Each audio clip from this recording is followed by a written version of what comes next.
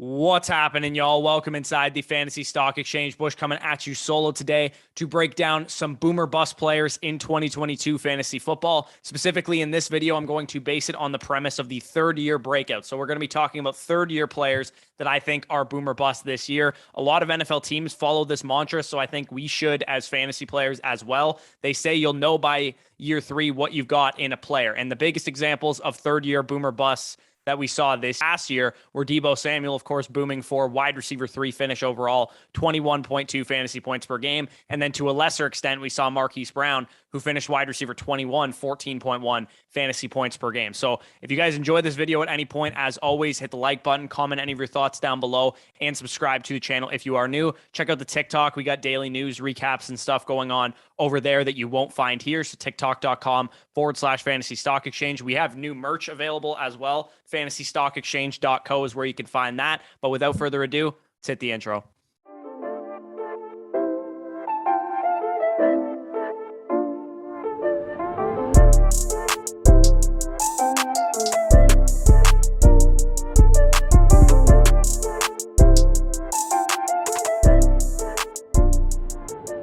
All right, to give you an idea of what I'm talking about in this video, I'm going to use the two examples that I talked about in the intro, Deebo Samuel and Marquise Brown, because the three players that I'm going to talk about in this video today mimic the career paths of Deebo Samuel and Marquise Brown, Deebo Samuel being a wide receiver 1 ceiling example and Marquise Brown being a wide receiver 2 ceiling example. Let's take Deebo Samuel to start, and I'm going to outline what his career trajectory was and explain how this applies to the three players that I'm talking about in today's video. If you want to skip this part, timestamps in the description. But in 2019, as a rookie, Deebo Samuel scored 12.5 PPR points per game, which was good for a top 36 finish his rookie season. But from week 10 on, he was actually the wide receiver 14 to close out his rookie season. So we had this exciting, rookie from South Carolina, came into the 49ers. He was this dual threat on the ground and through the air type of dude, made a big impact through the playoffs as well, en route to a 49ers Super Bowl appearance in 2019. And in June of 2020, approaching his second season, he suffered a Jones fracture in his foot while he was training during a throwing session, which caused him to miss the first 3 games of 2020 and only play 7 total games, dealing with the foot injury that he dealt with and a hamstring strain on top of it. So in those 7 games in Deebo Samuel's second season, we saw flashes of the Deebo Samuel we saw as a rookie. He had 10 plus fantasy points in 4 of the 7 games that he played, 8 plus targets in 3 games, and a couple boom games on there as well. In 2021, of course, we know he came out fully healthy and he absolutely exploded. Top 3 wide receiver in fantasy this year. Injury robbed his second season, and once healthy, he showed us the player that he can be. We saw a similar story with Marquise Brown as well. His first career game, he came out on 15% of the snaps and blazed the Dolphins for 30 fantasy points. That was the first thing that we saw of Marquise Brown in the NFL. He showed plenty of flashes throughout his rookie season, despite playing with a metal screw in his foot due to a Liz Frank surgery that he suffered while at Oklahoma.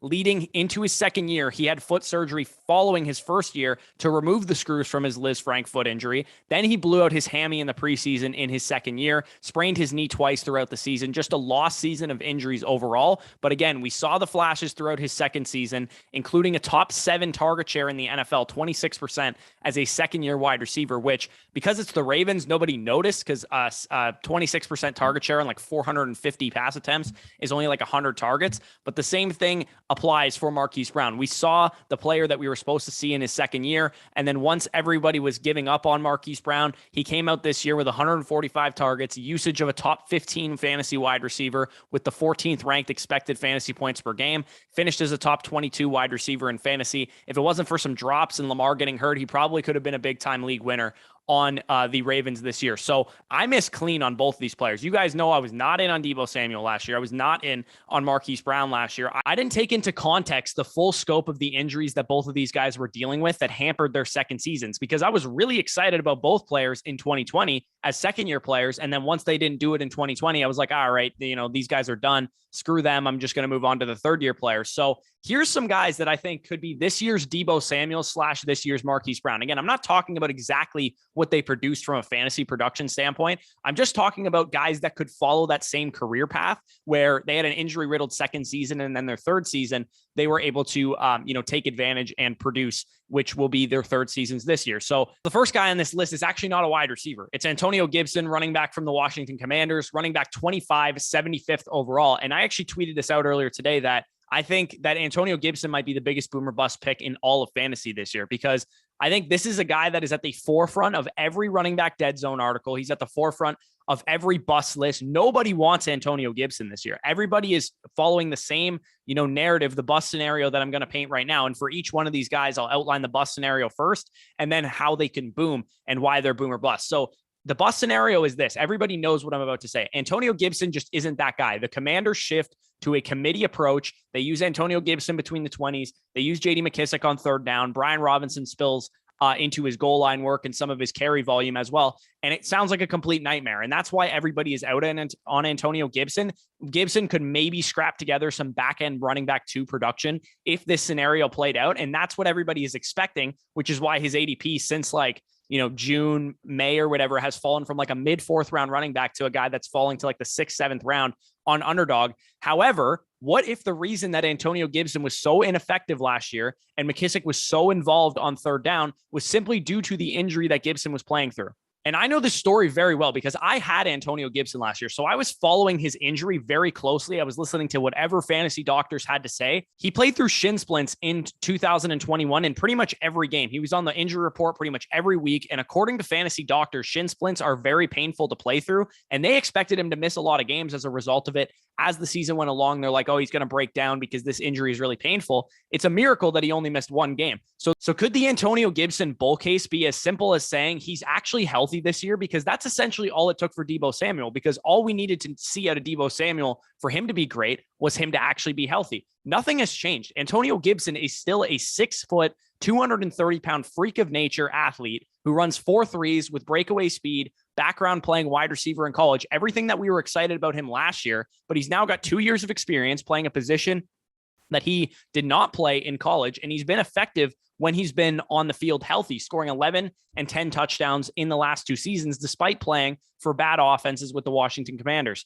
A quarterback upgraded with Carson Wentz coming in. I'm not sure how much he's going to help the offense, but I think he's a marginal upgrade at the very least. What if I was just a year too early on Antonio Gibson? Because he was a guy that I really, really loved last year. Despite him finishing as like a mid RB2, which wasn't terrible, I still was able to win my championship with him as my 2nd round pick. What if Ron Rivera and Scott Turner intended on giving him the Christian McCaffrey treatment that I talked about in the preseason last year? But then once he was coming into the season with an injury, they dialed it back and they're like, okay, we're going to use J.D. McKissic and he's going to spell Antonio Gibson because Gibson is clearly not healthy. But what if they plan to do it this year with Antonio Gibson on the field? And you might be thinking, why would they plan on doing it this year? They would not have spent a 3rd round pick on a running back in Brian Robinson from Alabama. But what if that guy is just insurance in case Antonio Gibson breaks down again? Let's not pretend that Brian Robinson is some elite prospect. He could be very well just an insurance policy in case Antonio Gibson gets injured. And I'm not saying I'm betting on all this to happen and that Antonio Gibson is some huge target of mine all of a sudden, but it is within the range of outcomes that Gibson does become the guy that we thought he could be last year. And you can get Gibson routinely in round 5, round 6, round 7 on Underdog and mostly in your home league drafts. I think the interesting thing to note too is the fact that people were ready to draft this dude as a top 5 running back the second that J.D. McKissic was expected to go to the Buffalo Bills.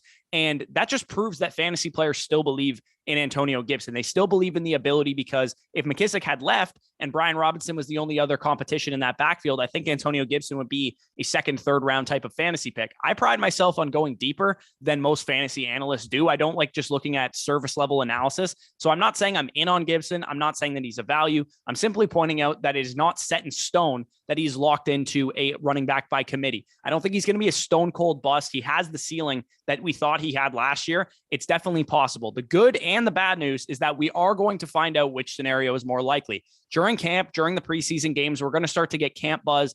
And specifically, once we get to the preseason games, we'll see actual usage. If we get there and Gibson is getting talked up as a bell cow, we see usage of him getting workhorse touches with the first team in preseason, I'm definitely cool with it. The bad news is that if that happens, his ADP is going to rise as well. So if you guys want to get some exposure to Antonio Gibson right now, I don't blame you, because there is a scenario where he is the guy that we thought he was going to be coming into his 2nd season. Now, again, I'm not saying I'm in or out on Antonio Gibson. I'm just saying that it is possible, and it is something that is going to be a storyline that I'm following. If we get into training camp And the second we get in there, they're like, it's a committee, it's a committee, it's a committee. We see in preseason games, it's a committee, it's a committee, it's a committee. Then I'm dialing back on this take, and he probably doesn't have a high ceiling. But that's my thoughts on Antonio Gibson. I do think he is very, very boomer bust this year as it currently stands. Now, the second guy that I'm going to get into is probably more likely to be this year's Deebo Samuel at the wide receiver position.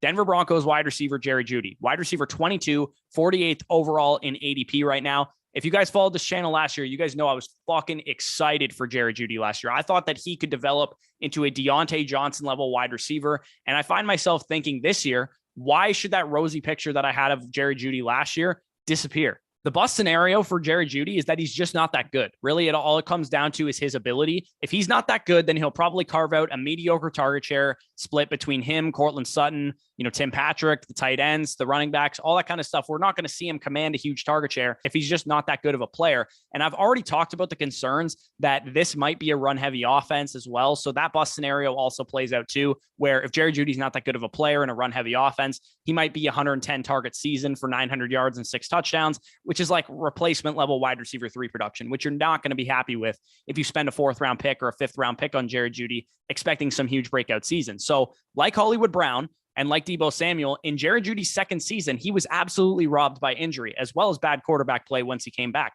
In the first game of the 2021 season, Jerry Jeudy went down with a high ankle sprain, which we've seen take down bigger beasts than him in fantasy, like Alvin Kamara, Christian McCaffrey, Saquon Barkley, Michael Thomas, and ruin those guys' seasons. And despite this, Jerry Jeudy on the season was able to carve out a 20% target share, 24.1% targets per route run, because he also wasn't a full-time player either. When he got back from injury, he was never on the field for, 98% of the routes or anything like that. He primarily played in the slot with Tim Patrick and Cortland Sutton on the outside. And we also saw Cortland Sutton's numbers suffer mightily when Jerry Jeudy was in the lineup. You guys can see on the screen that when Jerry Jeudy played, Cortland Sutton averaged 4 PPR points per game. Like, that is abysmal. This guy was averaging like 4.5 targets per game. But when Jerry Jeudy was out of the lineup, Cortland Sutton was a guy that you could start routinely as a wide receiver too. Jerry Jeudy, when he was on the field, out-targeted Cortland Sutton in the 10 games that they played together, 56-38, despite Cortland Sutton running 264 routes to Jerry Jeudy's 232 and playing 20% more of the snaps on the season. So with Jerry Jeudy, you're getting a guy that was only just a slot receiver last year. It's very possible that, like we're hearing from CeeDee Lamb and Dallas, that Jerry Jeudy plays more in 2 wide receiver sets on the outside. And then when they go 3 wide receiver sets, he moves into the slot and they keep him in that role. So we have Jerry Jeudy last year coming off of an injury with an injury-riddled season, outplaying Cortland Sutton, and the unknown factor of Jerry Jeudy being a 3rd-year wide receiver that was a great prospect, top 15 overall pick, because this is just his 3rd season. He could still get better, and that injury might have stunted his development a little bit last year, like we saw from Deebo Samuel in his 2nd year. I feel like many people, too, are pretending that Cortland Sutton is some superstar wide receiver. In 2019, Cortland Sutton had a good season. It was not prolific. He had 1,100 yards. He was wide receiver 27 in points per game, despite having a top 7 target share in the NFL and the number 1 air yard share in the NFL that year. In fact, he probably should have been a lot better in 2019. He was pretty good, but he was not that great.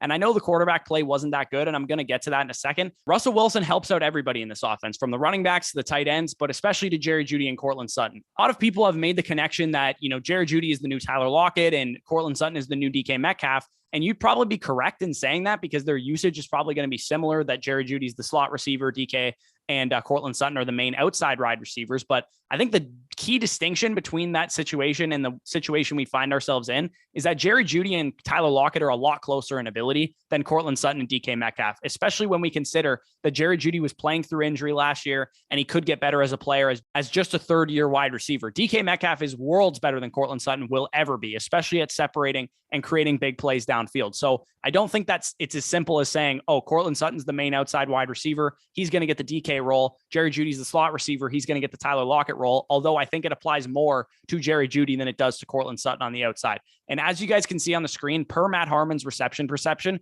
we saw his numbers decline a little bit from his rookie season, 81st percentile and 71st percentile against man and press as a rookie. Coming into his 2nd season, we expect him to get better as a route runner. We knew Jerry Jeudy was a great separator coming out of Alabama. His numbers decline a little bit, but Matt Harmon says right in the profile for Jerry Jeudy that he's, quote, willing to write off some of the separation decline due to the high ankle sprain. And we've seen guys playing through injury typically see a downtick in their efficiency and their ability to separate. So again, similar to Antonio Gibson, I'm not all in on Jeudy. It's not a guy that I'm saying, oh, I love this dude, I'm all in on him. But there absolutely is a scenario that emerges where he is the third-year wide receiver that emerges from the mid rounds, like Calvin Ridley, like Chris Godwin, like Deebo Samuel last year, or maybe even just like Marquise Brown last year. And the third-year wide receiver breakout is still a thing. And that's something that I definitely did not take into account last year. It's why I missed on Deebo Samuel. It's why I missed on Marquise Brown. And I don't want to make that mistake again. So Jeudy has the scenario in front of him where he's got improved quarterback play. He should be healthy this year.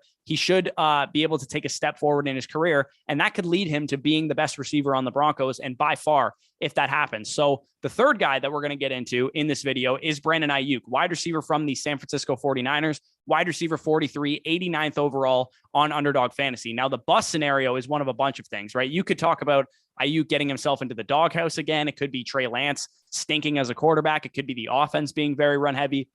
Or it could be as simple as saying Brandon Aiyuk's the number 3 in this offense. Deebo Samuel and George Kittle are going to out-target him, and that's why he's not going to be that great of a pick. But I think the boom scenario for Brandon Aiyuk is more of the Marquise Brown territory, not quite Deebo level, obviously. He would likely need Deebo himself to get injured for him to have a huge, huge season like Deebo had this past year. His season wasn't disrupted by injury, though. Unlike Deebo Samuel and Marquise Brown as second-year players, Brandon Aiyuk's season was disrupted by what I would consider his own antics. Sounds like he needed to work harder or be more mature, or whatever the case was, because he found himself in Kyle Shanahan's doghouse for the first 7 games of the year, and especially the first 2 games of the year. We had no idea what the fuck was going on. Brandon Aiyuk was not on the field. Nobody was giving us a straight answer. But once Brandon Aiyuk secured his full-time role, back from what we saw in his rookie season, he was a 90% snap share player, 85 at least from every game after week 8. He finished as a wide receiver 3 or better with 10 plus PPR points per game in 8 of the 11 games to close out the season, including 3 top 12 finishes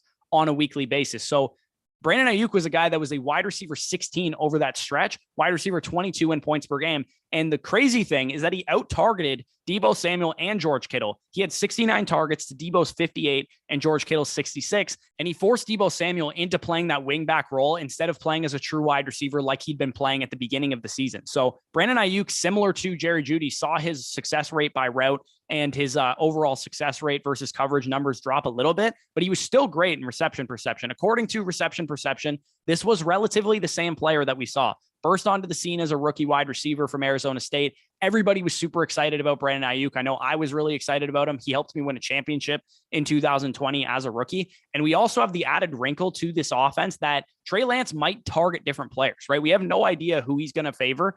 And Trey Lance is actually a gunslinger. He's a guy that's going to push the ball downfield more than Jimmy Garoppolo would have. So at Brandon Aiyuk being the primary X receiver, more downfield type of guy in this offense, it's possible that Trey Lance gravitates more towards Brandon Aiyuk than he does towards Deebo and Kittle. Again, a long shot, but Aiyuk did have a higher ADOT than both of those guys last year. It's possible that he sees Aiyuk as his go-to guy, but it's also possible that Aiyuk is just a boomer bust wide receiver 3 on a weekly basis, unless a Deebo or a George Kittle injury occurs. But again, that's very possible. Both those guys have dealt with shit in recent years. But if that's the floor, boomer bust wide receiver 3 and what I project to be a good offense, I'm still cool with him to draft him in the round 8 to 9 range where he currently goes.